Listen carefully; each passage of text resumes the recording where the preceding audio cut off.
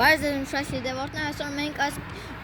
հին գործանը մենք կարդանք թե սա ինչ է լքված է թե ուղղակի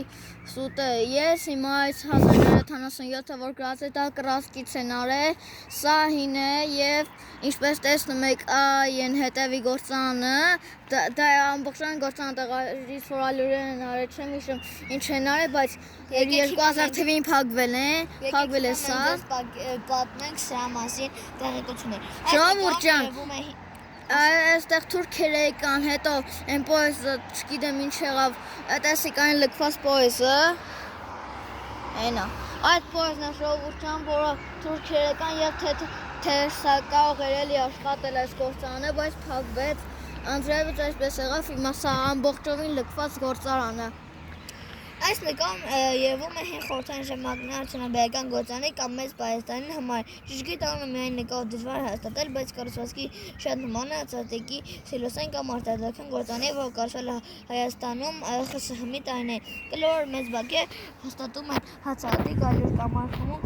պահելու համար։ Այս նկարի շենքում երևում է 1977, որը հավանաբար կառուցման կամ շահագործման տարին է այդ ժամանակ Հայաստան արտադրական կառուցում հավաքում ենք 10 լայք մեծ արտադրական համալիրներ շրջապատող լեռներն ու բնեցի գործարանը գտնվում է լեռնային քաղաքում կամ արդյունաբերական անվանում հիմա այն կարծես լքված է պատուհանի մի մասը բացակայում է 10 գերաճ բույսերով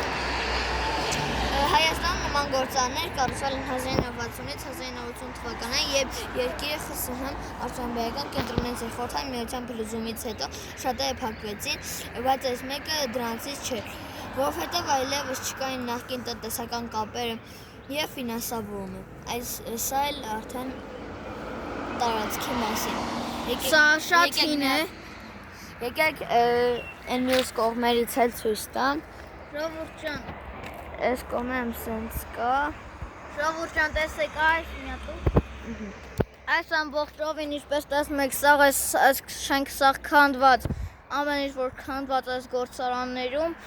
ամեն ինչ գործարան է հեսա այնտեղ կաթերի տեղն է եղել որ սարքում են ամեն ինչ շատ հին է փչացել է հեսա կարող է աշխատել էլի ժողովուրդ ջան տեսեք ինչքան հին է այն սար Ժողովուրդ ջան, դե հավաքում ենք 10 լայք, ես էի Վարշը և Սոնան, հանդիպենք շուտով, ցտեսություն։